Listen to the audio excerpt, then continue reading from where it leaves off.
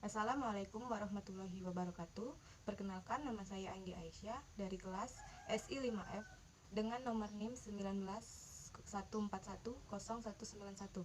Di sini saya akan menjelaskan materi tentang metode desain.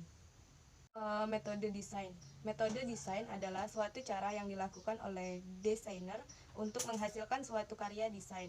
Beberapa metode yang umum digunakan antara lain, yang pertama, explosing, yaitu mencari inspirasi dengan berpikir secara kritis untuk menghasilkan suatu desain yang belum pernah diciptakan. Yang kedua, redefining, yaitu mengolah kembali suatu desain agar menjadi bentuk yang berbeda dan lebih baik. Yang ketiga, managing, yaitu menciptakan desain secara berkelanjutan atau terus-menerus. Yang keempat, prototyping, yaitu memperbaiki atau modifikasi desain warisan nenek moyang. Yang kelima, transporting, yaitu membuat suatu desain berdasarkan tren yang sedang berkembang.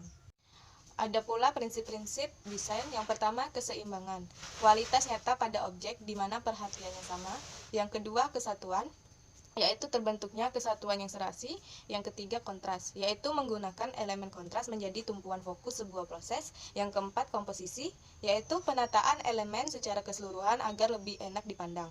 Yang kelima, irama, yaitu elemen yang mampu bermain dengan emosi para penikmatnya. Yang keenam, skala, yaitu hubungan harmonis antara satu elemen dengan elemen lainnya. Yang ketujuh, fokus, yaitu area yang pertama kali menjadi tujuan pandangan mata.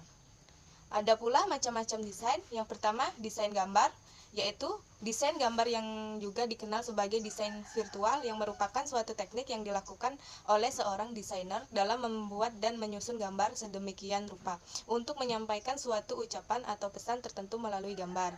Yang kedua, desain tulisan, yaitu desain yang jenis desainnya berbeda dengan desain gambar.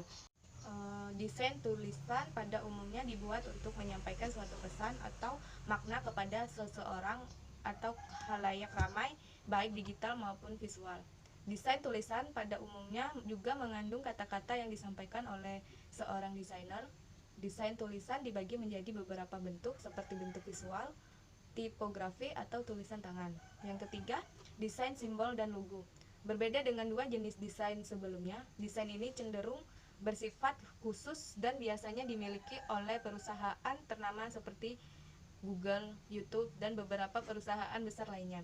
Desain ini digunakan untuk memberikan nama atau merek pada produk yang dibuatnya, dengan maksud mengidentifikasi suatu nama perusahaan. Kemudian fungsi desain. Yang pertama, sebagai produksi media informasi dan komunikasi. Yang kedua, produksi media promosi.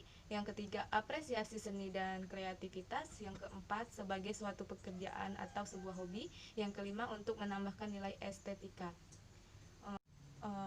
Pengertian desain proses. Desain proses berbeda dengan proses desain. Adalah perencanaan yang digunakan untuk membuat langkah-langkah dalam menciptakan suatu desain secara lebih mudah, berarti perancangan. Proses desain ini termasuk ke dalam ilmu desain, bukan metode desain, dan banyak dibutuhkan oleh perusahaan. Salah satunya adalah industri. Desain secara etimologi berasal dari beberapa serapan bahasa, yaitu kata desain dari Italia yang secara gramatikal berasal dari gambar dan makna. Pengertian dari desain grafis. Desain grafis adalah sebuah seni sekaligus praktik perencanaan, gagasan, dan pengalaman yang dituangkan ke dalam konten visual dan tekstual. Desain grafis dapat dikerjakan secara fleksibel, baik individual maupun tim dengan skala besar. Contoh-contoh dari desain grafis yaitu foto atau gambar, bentuk atau set, ilustrasi, hingga teks dan tujuan untuk menyampaikan pesan tertentu. Kemudian jenis desain grafis. Yang pertama, identitas visual. Yang kedua, periklanan dan pemasaran.